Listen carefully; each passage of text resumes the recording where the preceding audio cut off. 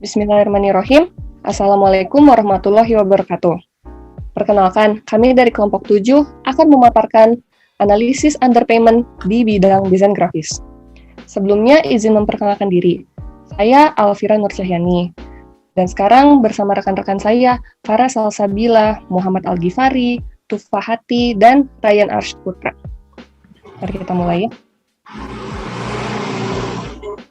Untuk daftar isi, terdiri dari 4 bab, yaitu bab pertama, latar belakang, bab kedua, pengambilan data, bab 3, data analisis, dan bab 4, kesimpulan. Selanjutnya akan dipaparkan oleh saudara Farah.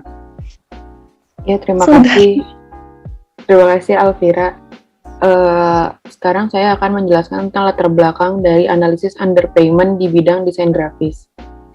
Desain grafis merupakan elemen yang tidak pernah terlepaskan dari kehidupan sehari-hari. Karena hampir seluruh faktor kehidupan di dunia ini memerlukan desain grafis untuk menunjang kebutuhan kehidupan manusia. Di Indonesia juga didapati kasus para desain grafis dengan penghasilan yang tidak sesuai dengan beban pekerjaan yang dilakukan. Hal ini disebabkan oleh masyarakat yang belum memahami manfaat dalam pengaplikasian ilmu desain grafis ke dalam kehidupan sosial maupun berbisnis. Sehingga masyarakat menganggap sepele keahlian yang sebenarnya membutuhkan latar belakang ilmu desain seperti desain grafis, desain komunikasi visual, animasi, teknik informatika, dan ilmu komunikasi ini. Boleh selanjutnya. Sebelum masuk ke analisis data, saya juga mau memperkenalkan apa itu underpayment. Underpayment adalah istilah untuk tindakan suatu pihak dalam melakukan pembayaran atas barang atau jasa namun lebih rendah dari yang disepakati sebelumnya. Selanjutnya akan dijelaskan oleh rekan saya, Muhammad Al-Ghifari.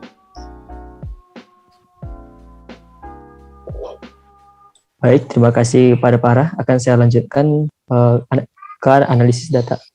Pengambilan data sebelumnya dilakukan dengan metode kuantitatif, yaitu dengan menyebarkan survei kuesioner ke para pekerja di bidang desain grafis, baik mahasiswa ataupun yang sudah bekerja secara freelance maupun pegawai, dengan menjawab pertanyaan-pertanyaan yang ada melalui link Google Form.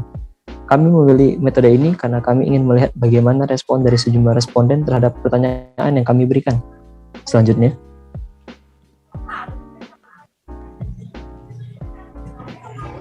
setelah kami melakukan analisis data, hasilnya seperti berikut.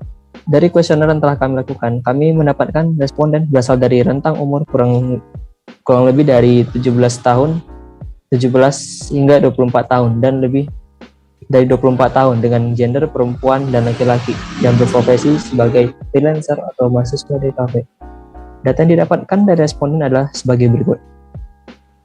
Responden dominan berada di rentang usia 17-24 tahun, dengan sisanya berada pada rentang usia lebih dari 25 tahun. Sedangkan 60% lebih dari responden berjenis kelamin perempuan dan 37% berjenis kelamin laki-laki. Selanjutnya, mayoritas dari responden adalah desainer grafis, freelancer, dan mahasiswa DKV. Selain itu, terdapat responden dari bidang perbankan, karyawan swasta, dan mahasiswa dari program studi lain. Lalu, mayoritas responden menyatakan bahwa mereka pernah mengalami atau menemui kejadian underpaid di bidang desain grafis. Selanjutnya akan dijelaskan oleh rekan saya, Tufahati. Baik, selanjutnya 70,8% dari responden menyatakan pembayaran diterima di bawah standar UMR setempat, dan 29,2% lainnya menyatakan pembayaran diterima di atas standar UMR setempat. Selanjutnya, mayoritas responden tidak setuju dengan pernyataan bahwa seorang pekerja kreatif harus ahli mengerjakan semua aspek desain visual, walaupun dengan bayaran standar UMR. Mayoritas responden setuju bahwa kondisi underpaid terhadap pekerja kreatif perlu ditangani.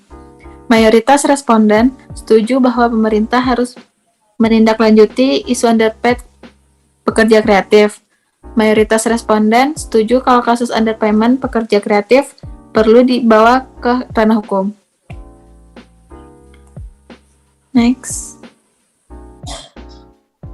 Analisis yang didapat dari hasil kuesioner sebelumnya yaitu sejumlah responden tampaknya tidak mengetahui ada atau tidaknya lembaga organisasi yang bertanggung jawab dalam menangani masalah underpayment ini, dan responden berpikir lembaga yang cukup relevan dan mungkin bisa mengatasi masalah di antaranya yaitu Asosiasi Desain Grafis Indonesia, Bikraf, dan Kemenparekraf. Selanjutnya, kesimpulan. Baik, untuk kesimpulan akan saya jelaskan. Pertanyaan-pertanyaan yang telah dijawab oleh responden dapat disimpulkan bahwa mengenai standar gaji UMR dengan banyak aspek desain yang harus dikerjakan, perlu ditinjau kembali terutama pada divisi tim desain untuk menghindari overwork yang dapat mengakibatkan dibayar rendah. Terkait penanganan kasus underpaid bagi desainer, responden berharap dapat segera ditangani, baik bekerja sama dengan pemerintah maupun membuat kebijakan dengan asosiasi desainer di Indonesia. Mahalnya biaya hidup di kota-kota besar menjadi masalah utama bagi para desainer. Oleh karena itu, diharapkan ada diskusi dari Asosiasi Desainer Indonesia dan pemerintah untuk lebih mengapresiasi pekerja kreatif. Selanjutnya, yang dari kami, saya kembalikan kepada Alvira. Terima kasih. Oke, terima kasih atas saudara Ryan. Berikut adalah hasil dari analisis yang telah kami lakukan. Semoga bermanfaat. Kami dari kelompok 7 undur diri. Terima kasih. Wassalamualaikum warahmatullahi wabarakatuh.